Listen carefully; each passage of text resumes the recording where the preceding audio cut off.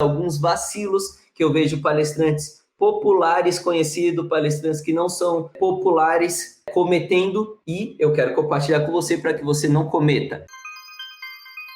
O meu nome é Lucas Lopes e a minha missão aqui é ajudar cada vez mais palestrantes a aumentar em até 100% o preço das suas palestras, simplesmente entendendo como se aproximar e fechar palestras com empresas e agências de palestrantes. Alguns que são óbvios, mas que quando cai no seu colo, pode ser que você peque no óbvio. O primeiro problema é o seguinte: palestrantes estrelinhas. O que são os palestrantes estrelinhas? Palestrante estrelinha é o palestrante que ele é o intocável, ele é o não me toque, é a estrela de Hollywood e ele quer escolher todo como deve ser a contratação da logística, o assento que ele vai sentar precisa ser aquele, senão ele não vai, o carro que vai levar ele até o local do evento precisa ser esse carro, com motorista desse tipo, com um carro dessa marca, nessa cor. Eu não tô brincando, tem palestrante nesse nível, por isso que eu falei palestrante estrelinha, não tô exagerando com esse nome. Quando eu chegar lá, precisa ter um lugar específico para que eu me prepare antes do evento, precisa ser um camarim, e nesse camarim, por favor, tenha tais frutas, precisa ter tal suco de tal sabor. Então, tem alguns BOzinhos com logística que até são compreensíveis, mas tem outros que são estrelismo. O palestrante estrelinha é aquele palestrante que precisa ser tudo ali do jeito que ele quer, na logística dele, em um nível exagerado.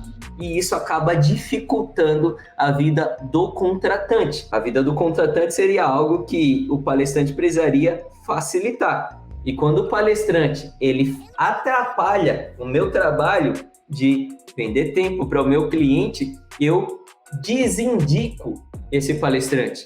Eu tenho uma estatística aqui na Motivação Palestras que 70% dos contratantes que entram em contato comigo, das empresas que entram em contato comigo, já tem um palestrante em mente. Mas a maioria desses 70% eles acabam fechando com outro palestrante. E por que isso acontece? Porque quando a gente vai falar com esse cara, faz uma consultoria com ele, a gente acaba indicando outros palestrantes. E muitas vezes os palestrantes que eles entram em contato solicitando são palestrantes estrelinhas. E aí a gente já fala, esse cara aqui ele tem altas chances de te dar problema, porque a gente já teve problema com ele, com outros contratantes.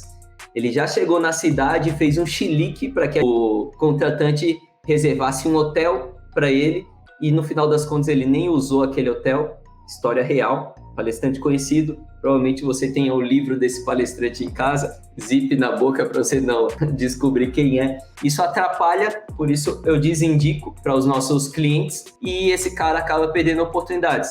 Cuidado, presta atenção nisso, palestrante. Até mesmo quando você for procurado por empresas, quando você conseguir inverter o jogo de interesses, cuidado para não se tornar um palestrante estrelinha. Segundo problema que geralmente acontece, logística da sua casa. Palestrante, nunca peça para um cliente pagar o deslocamento da sua casa até o aeroporto. Isso caso o evento aconteça fora do seu estado natal, fora do estado que você reside. Isso não é comum. No mercado de palestras, as empresas geralmente não pagam deslocamento da residência até o aeroporto. Isso eu posso dizer talvez que seja uma cortesia do palestrante. Ele vai até o aeroporto. E aí ali sim, do aeroporto para frente, tudo que rolar está dentro da logística, mas não da sua casa até o local do aeroporto. Toda vez que isso acontece, a gente precisa transmitir isso para o cliente. Tem desconforto. O cliente ele não gosta. Habitualmente isso não acontece. Isso não é comum. E eu sempre digo para você que o que fica aqui na memória do contratante, a percepção que ele tem do que é certo, do que é errado, do que é bom e do que é ruim, é o que vale. E é por isso que você, palestrante, precisa sempre trabalhar no campo da percepção do cliente, trabalhar em mudar percepções dos contratantes de palestras. E se você não consegue fazer isso, você está perdendo aqui no jogo do marketing. É possível que você não consiga mudar o jogo de interesses. O jogo de interesse só muda quando você consegue controlar as percepções do seu cliente, dos contratantes. Segundo problema comum, mudar a logística do nada. Então, evite qualquer ocasião em que você precise fazer mudança de logística, palestrante. Eu entendo que problemas acontecem. Pode ser que, de repente, o contratante fez a compra da sua passagem aérea para as 8 horas da manhã, mas aconteceu um imprevisto e você vai ter uma tarefa, sei lá, para cumprir às 6 horas da manhã, não vai conseguir chegar a tempo no aeroporto, pede a mudança para as 10 horas. Faça de tudo para que esse imprevisto seja adiado. Faça de tudo para que esse compromisso seja realocado, porque isso daqui cai muito mal quando acontece. Por exemplo, uma mudança de ticket aéreo gera custo, tem multa de mudança de horário e essa multa vai ser absorvida pelo contratante. Mesmo que você se disponha a absorver essa multa, que pode dar alguns pontos aí para você, caso você faça isso, mas mesmo que isso aconteça, o que o contratante não quer fazer, não quer que aconteça com ele, que ele perca tempo. Se você tiver sorte e eu estiver gerenciando a Motivação ou qualquer outra agência estiver gerenciando essa questão da logística, ainda você vai dar sorte de não impactar o cliente. Mas caso o cliente esteja fazendo a contratação e a compra de toda a logística, você vai fazer ele perder tempo e isso não vai cair bem. Quarto problema que geralmente acontece é chegar em cima da hora da sua palestra. E chegar em cima da hora, eu não estou falando 10 minutos antes, eu estou falando meia hora, 40 minutos antes, caso a palestra seja em outro estado. Caso a palestra seja na mesma cidade que você mora, perfeito. Esse é um horário com antecedência perfeito. 40 minutos, meia hora antes do evento, tranquilo. Mas, caso a palestra seja em outro estado, você é de São Paulo, palestra no Rio de Janeiro, na Bahia, no Norte, em qualquer outro lugar, se o cliente não tiver nenhum problema com isso, tem que chegar sempre um dia antes. Ou, se a palestra for à noite ou à tarde, tem que chegar de manhã, porque imprevistos acontecem. O voo pode atrasar, na cidade lá pode ter trânsito. Qualquer coisa pode acontecer que vai atrapalhar aqui, e se você chegar lá em cima da hora, cara, pode ter certeza, não tem esse negócio de imprevisto. O cara que está organizando o evento, ele já está maluco, porque ele vai precisar reajustar os horários ali do nada, em cima da hora, simplesmente porque aconteceu algum imprevisto, ou porque você chegou em cima da hora, ou porque você chegou até meia hora, 40 minutos antes. Você chegou até com essa antecedência, que é uma antecedência grande, que é uma antecedência legal, mas o cara sempre fica ali na expectativa. Onde você tá? Isso sempre acontece. Os clientes ficam, onde que o palestrante tá? Cara, ainda falta 3 horas para a palestra dele, tá chegando aí. Mas ele fica nessa expectativa. Porque imagina o quanto esse cara tá pilhado.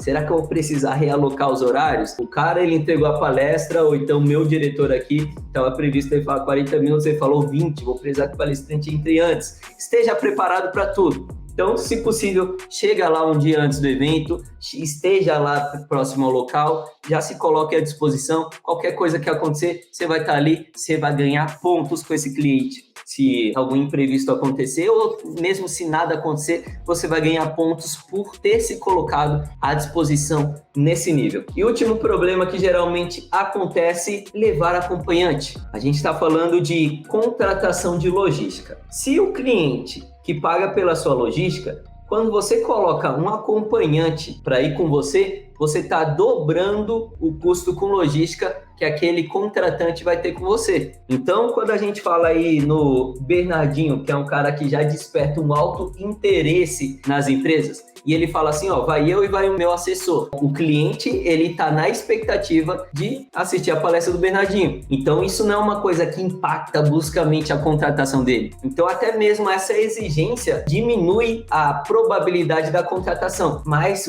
ele é um palestrante que desperta muito interesse, ele é um palestrante que inverte o jogo. Nesse caso, isso não tem um impacto tão grande quanto tem para um palestrante que ainda não consegue inverter o jogo. E quando o palestrante ele ainda não consegue inverter esse jogo, ele gosta de levar lá a esposa dele para assessorar a palestra e depois a palestra já aproveitar e fazer um rolezinho ali pela cidade, gosta de levar um assessor, ele precisa de um cara para fazer um apoio ali para ele no dia do evento, na hora da palestra. Isso pode ser uma interferência nos seus resultados de fechamento de palestras, caso você ainda não consiga inverter esse jogo. Então, presta atenção nisso, palestrante. Primeiro, se preocupe em inverter o jogo, em gerar percepções na cabeça do contratante a ponto dele se interessar em contratar a sua palestra, a ponto deles virem atrás de você, ao invés de você precisar ir atrás de todo cliente que você fecha a palestra. E aí depois você começa a colocar algumas exigências, por exemplo, assessoria. E isso eu já fiz até um podcast, se eu não me engano, falando especificamente sobre assessoria. Se eu não fiz, eu ainda vou fazer, tá bom? Então, presta atenção nisso também, palestrante. É um problema que costuma acontecer. Eu já estou cantando a bola aqui para que você se previna, para que você não cometa esses mesmos vacilos.